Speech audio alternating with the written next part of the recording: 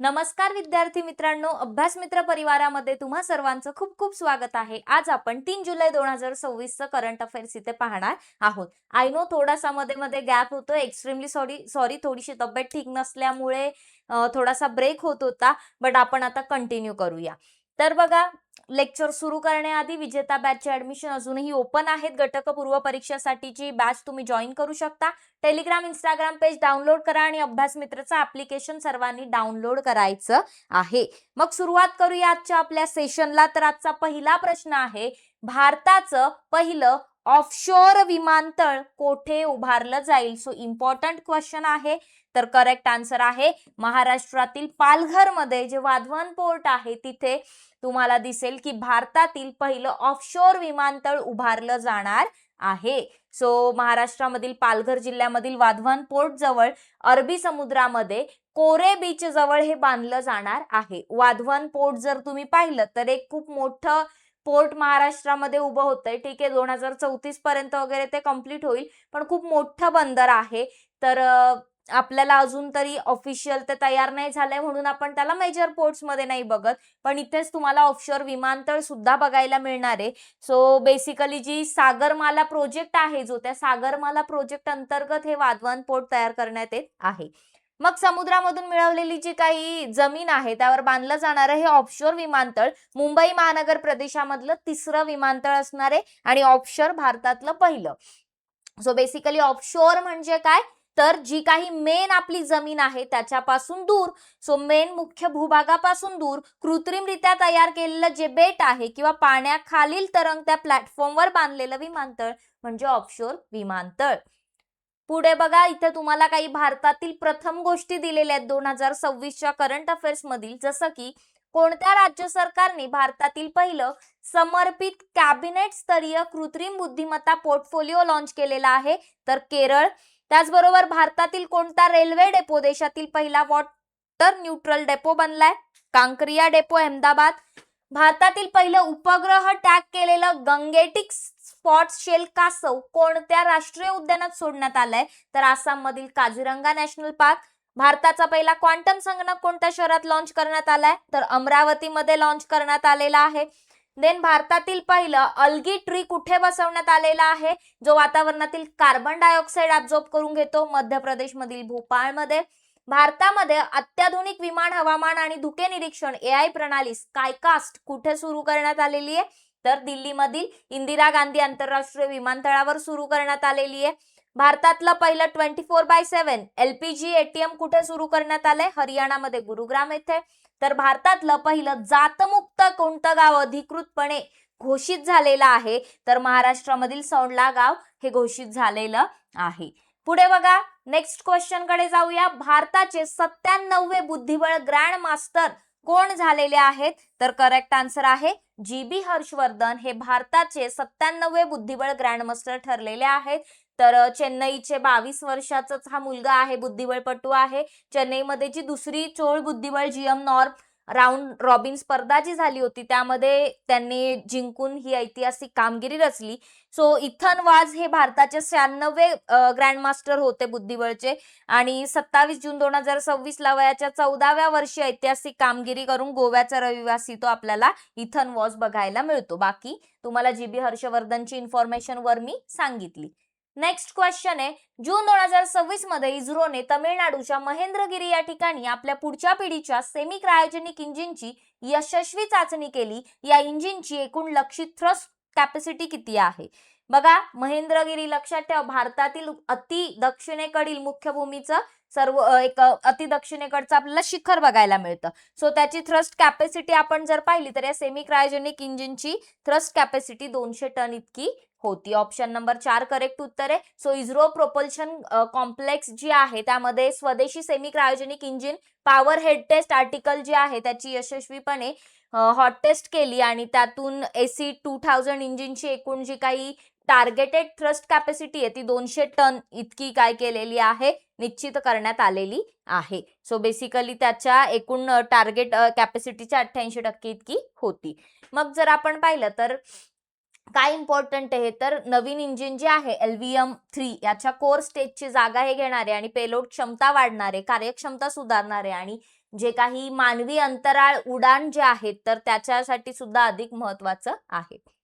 Next question, GST day वस्तू आणि सेवा कर दिन 2026 कधी साजरा केला गेला तर 1 जुलैला वस्तू आणि सेवा कर दिन साजरा केला जातो. सो बेसिकली जीएसटी जे आहे ते 1 जुलै 2017 ला लागू करण्यात आलं होतं आणि त्यामुळे दरवर्षी 1 जुलै हा दिवस वस्तू आणि सेवा कर दिन म्हणून साजरा केला जातो. सो यामध्ये 2026 ला त्याचा 9वा वर्धापन दिन साजरा करण्यात आला. या वर्षीची थीम होती इझी टॅक्स सिस्टम इम्पॉवर्ड इंडिया. 2025 मध्ये जे काही जुनं 12% आणि 28% जे टॅक्सेशन होतं जीएसटी मधलं ते रद्द केलं आणि मेजर 2 आता हे ठेवलेले 5% आणि 18% आणि जे काही चैनीच्या वस्तू आहेत डायरेक्ट त्याच्यासाठी 40% केलेलं आहे. नेक्स्ट क्वेश्चन, बांगलादेशच्या मोंगला पोर्ट जवळ नवीन विशेष आर्थिक क्षेत्र SEZ जे आहे स्पेशल इकॉनॉमिक झोन स्थापन करण्यासाठी कोणत्या देशाने बांगलादेश सरकार सोबत सामंजस्य करारावर स्वाक्षरी केलेली आहे तर चीनने MOU साइन केलेला आहे. बांगलादेशचा आर्थिक जो काही क्षेत्र प्राधिकरण आहे बेझा याचं China civil engineering construction corporation सोबत त्यांनी अग्रीमेंट केलं आणि बांगलादेशचे पंतप्रधान तारिक रहमान त्यांनी चीन दौऱ्यादरम्यान तो करार केला. सो मोंगला पोर्ट जे आहे ते भारतातील कलकत्ता शहर जे ते कलकत्ता पासून फक्त 188 किलोमीटर डिस्टन्सवर आहे आणि भारतीय जमिनीपासून केवळ 80 किलोमीटर डिस्टन्सवरती मोंगला पोर्ट आहे.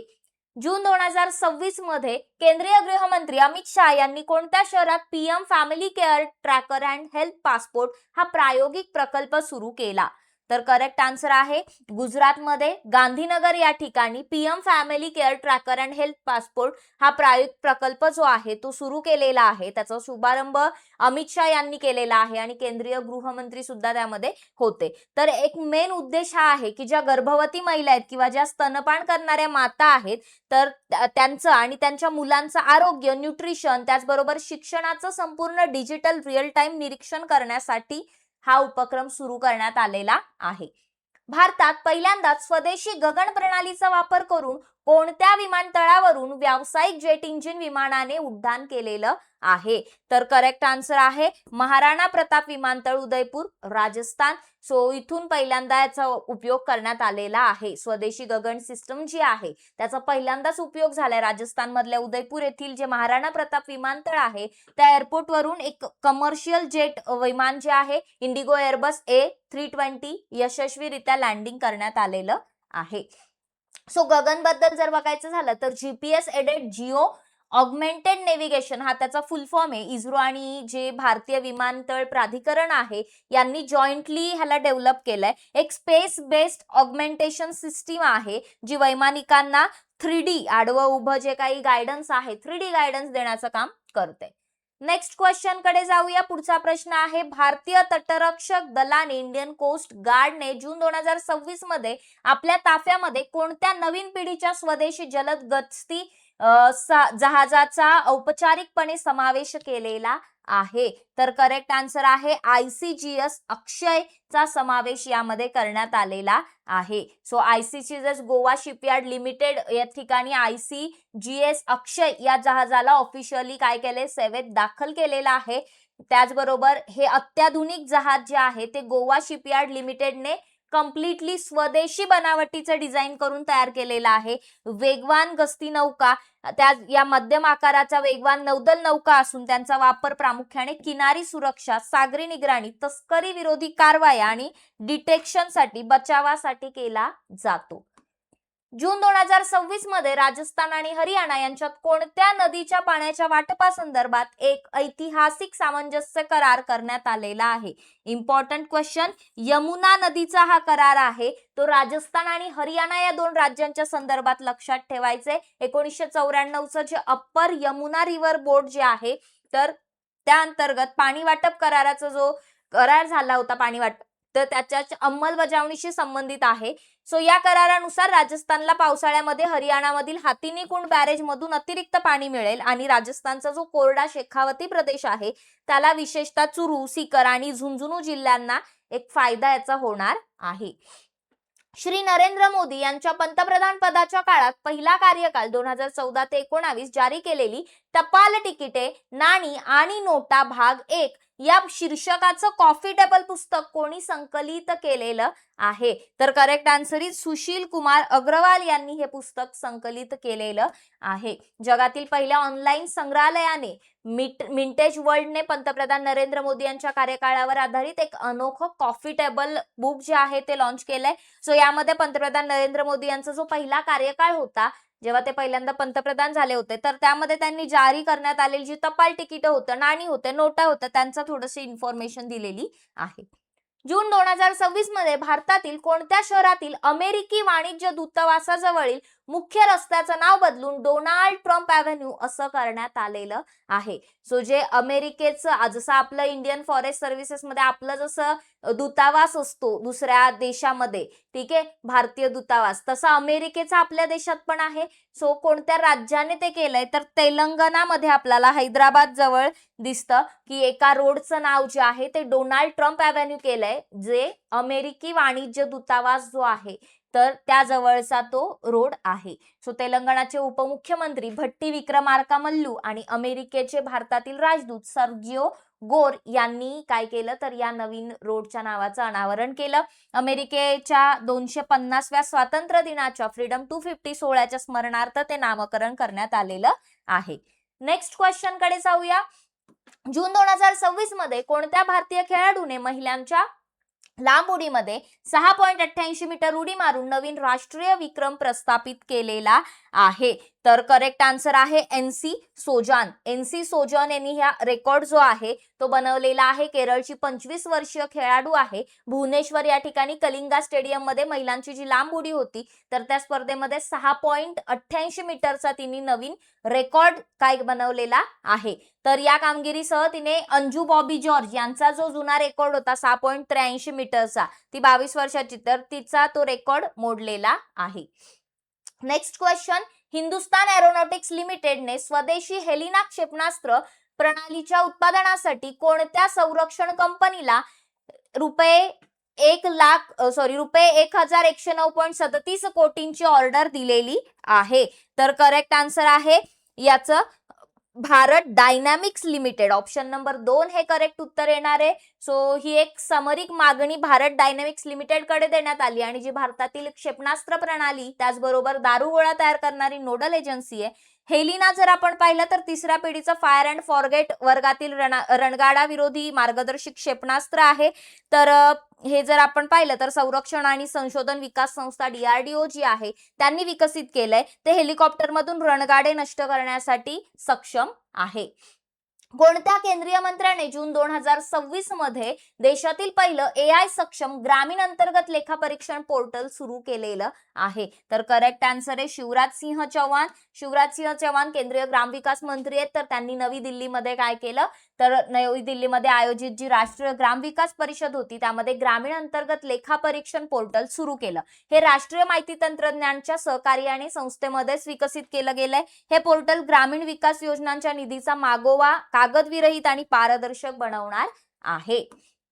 नेक्स्ट क्वेश्चन आहे. टाइम्स हायर एज्युकेशन इम्पॅक्ट रँकिंग्स 2026 मध्ये शाश्वत विकास ध्येय 5 SDG 5 लैंगिक समानता अंतर्गत कोणत्या भारतीय विद्यापीठाने जागतिक स्तरावर प्रथम स्थान पटकावलेलं आहे? तर या अंतर्गत मणिपाल उच्च शिक्षण अकॅडमी, हैदराबादची अकॅडमी, कर्नाटकची अकॅडमी आहे. या अकॅडमीने प्रथम स्थान पटकावलेलं आहे. द इम्पॅक्ट रँकिंग जर आपण पाहिलं तर जगातील म्हणजे एकमेव जागतिक कामगिरी क्रमवारी आहे की जी युनायटेड नेशन्सच्या शाश्वत विकास उद्दिष्टांच्या आधारावरती जे युनिव्हर्सिटीज आहेत, अकॅडमीज आहेत त्यांचं मूल्यांकन करते. भारतीय विद्यापीठांची कामगिरी 2026 साली जर आपण पाहिलं तर ती जी यादी होती त्यामध्ये भारतातील 110 विद्यापीठांनी स्थान मिळवलं. लवली प्रोफेशनल युनिव्हर्सिटी जी आहे जालंधरची, तिने जागतिक स्तरावर 23वे स्थान मिळवलेलं आहे. तर अमृता विश्व विद्यापीठम जे आहे तर जागतिक स्तरावर 37वे स्थान मिळवलेलं आहे. आणि सर्वोत्तम कामगिरी करणारी टॉप 3 मध्ये मँचेस्टर विद्यापीठ UK, Griffith University Australia, Western Sydney University Australia हे त्यामध्ये येतात. सो अशा प्रकारे आजचे प्रश्न आपण कंप्लीट केलेले आहेत. विजेता बॅच तुम्ही ऍप्लिकेशन वरून जॉईन करू शकता. घटकपूर्व परीक्षेची ही बॅच आहे. इतर बॅचेस सुद्धा ऍप्लिकेशन वर मिळतील. त्यासाठी अभ्यास मित्रचा ऍप डाउनलोड करा. टेलिग्राम, इंस्टाग्राम सर्वांनी जॉईन करायचे आणि आजच्या टेस्ट क्वेश्चनचे आन्सर्स कमेंट बॉक्स मध्ये मला सांगायचे आहेत. वस्तू आणि सेवा कर दिन 2026 कधी साजरा केला किंवा बेसिकली जीएसटी डे कधी साजरा केला जातो? दुसरा प्रश्न आहे मोंगला पोर्ट कोणत्या देशाचं बंदर आहे? त्याचबरोबर तिसरा आहे भारताचं 97 बुद्धिबळ ग्रँडमास्टर कोण ठरलेले आहेत? या 3 क्वेश्चनचे आन्सर सर्वांनी कमेंट बॉक्स मध्ये सांगायचे आहेत आणि चॅनलला अजूनही सबस्क्राईब केलं नसेल तर पटापट सबस्क्राईब करा, कारण डेली बेसिसवर आपण इथे करंट अफेअर्स अभ्यासणार आहोत. Thank you very much. भेटूया आपण पुन्हा एकदा एका नवीन लेक्चर मध्ये. तोपर्यंत जाता जाता व्हिडिओला लाईक करा, तुमच्या मित्रमैत्रिणींना शेअर करा आणि चॅनलला सबस्क्राईब करायला विसरू नका. धन्यवाद. बघत राहा अभ्यास मित्र.